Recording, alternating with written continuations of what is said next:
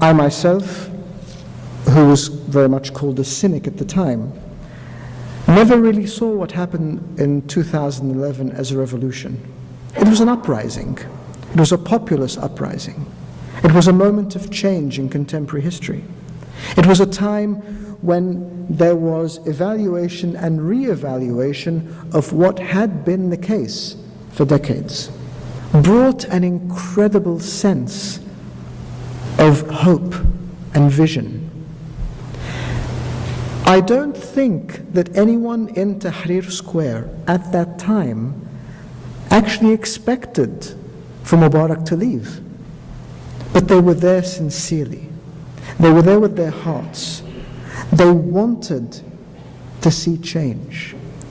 And for the first time, and I remember that day very clearly, watching television screens here, the incredible sense of pride that I felt as an Egyptian. And it was that suddenly, finally, these people had reclaimed their national identity. When you looked at the square, you couldn't distinguish, except for particular clothing, Christians from Muslims. They were there waving incredible flags, Egyptian flags. We hadn't seen Egyptian flags flying like that for decades, except when the president went out and they adorned the sides of the main streets and then were taken down again once he passed. But now there was this national identity. It was a reclaiming of a national feeling. Suddenly, people thought of themselves once again, and some people maybe for the first time, as Egyptians. Not just Christians, not just Muslims, but Egyptians. I would love to come here and tell you the revolution lives and democracy is there, but unfortunately it's not. Elements of the revolution still live. The heart of the revolution within people still lives. The desire of the revolution amongst those who are true still lives. But the realization of the resolution has never come about. It was there for the best part of a few weeks. I myself remember being in Tahrir Square on the 14th of January, 2 days after President Mubarak stepped down. And in my cabinet, I have a rock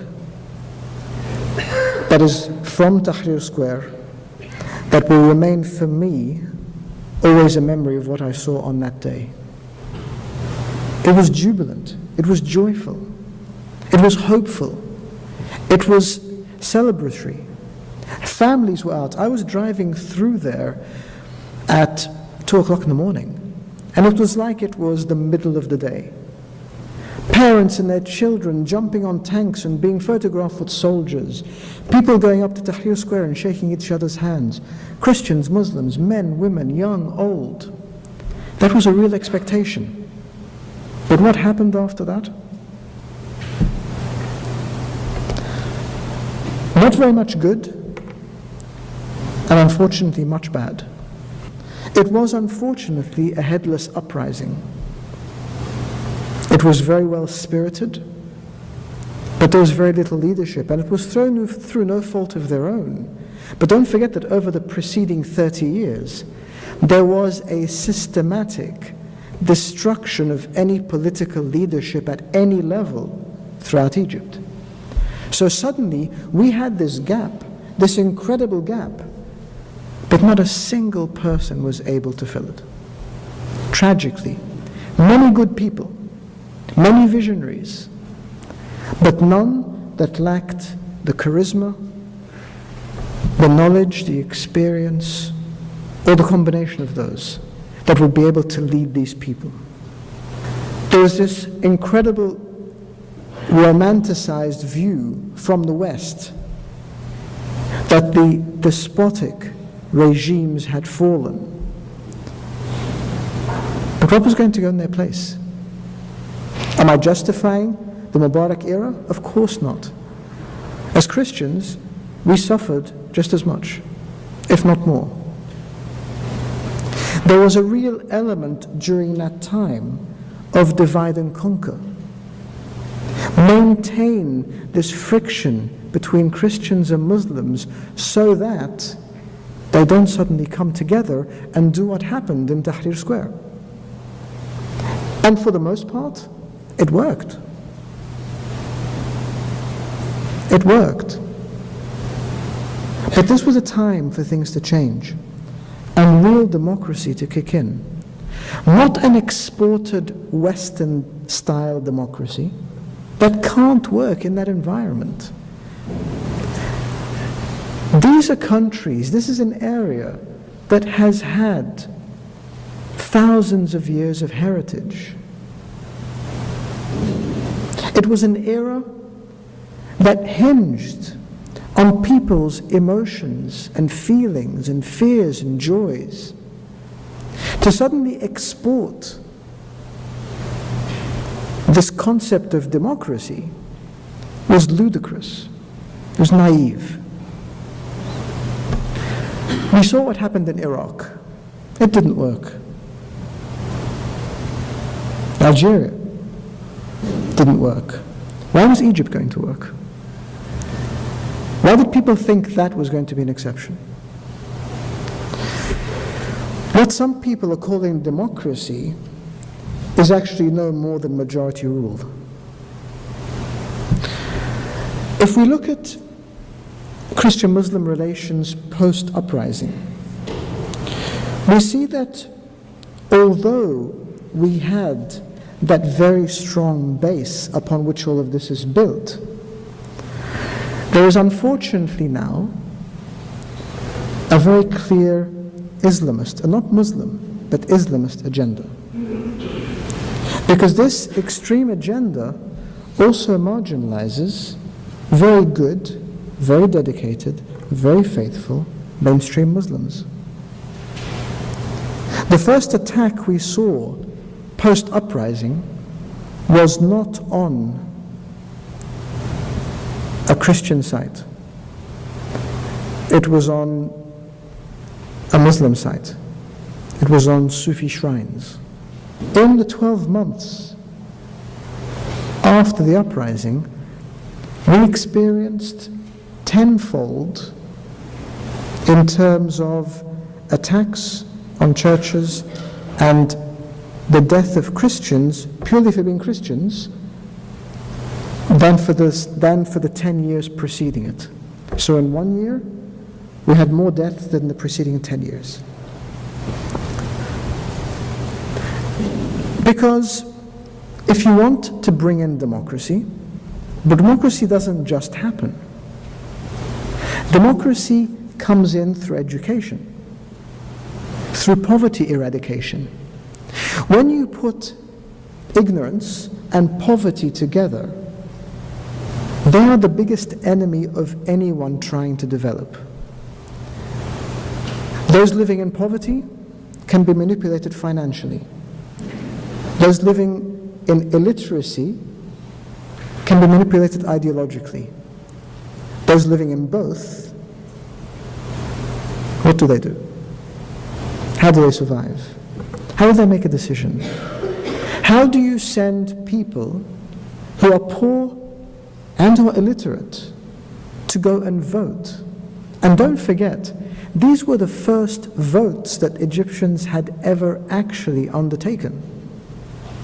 Everything before that was a referendum on the re-choosing of the then president, and they would generally come out at about 97%. And so if we want true democracy in the Middle East, starting with Egypt and going through, these have to be part of a very real, proactive government initiative.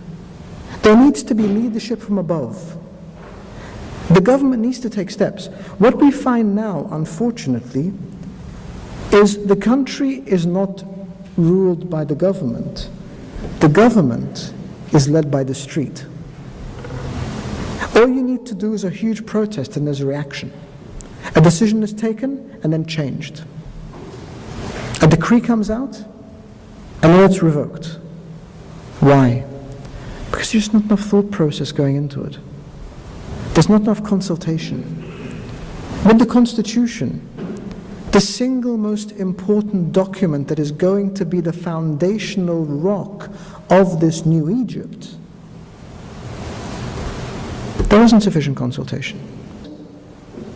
In my own very personal opinion, and having spoken to many others who know much more than I, needs to build a sense of national identity, needs to build a sense of ownership, a sense of citizenship,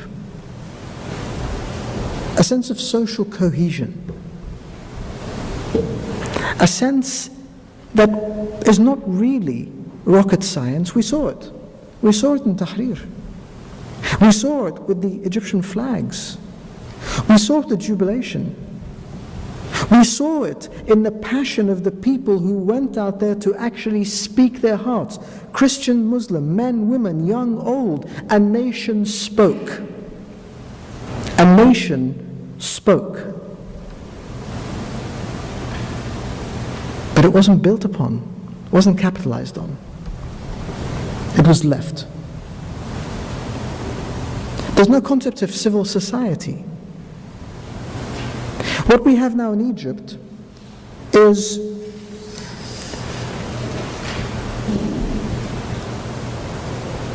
a structure that is building towards the interest of a certain sector of the society, and not to the whole society. And it's a shame. I know that Christianity and politics shouldn't mix. I'm not speaking as a politician. I'm speaking as a British Egyptian. I'm speaking as someone who speaks the truth. I'm not just speaking for Christians. I'm speaking for the millions of marginalized Muslims.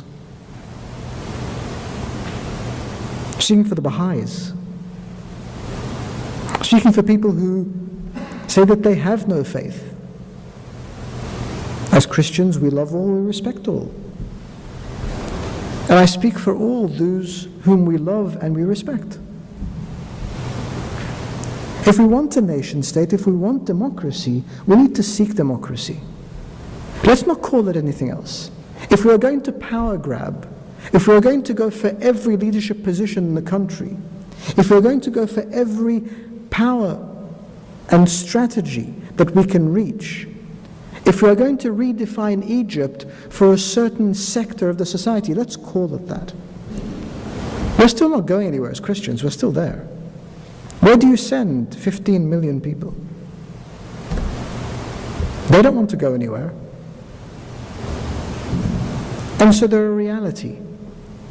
Just as the millions of moderate Muslims, mainstream Muslims are a reality. Just as the Baha'is are a reality. Just as the secularists are a reality. They're all reality. But if we're going to speak about democracy, let's do democracy. Let's aim for democracy. Let's have a heart for democracy.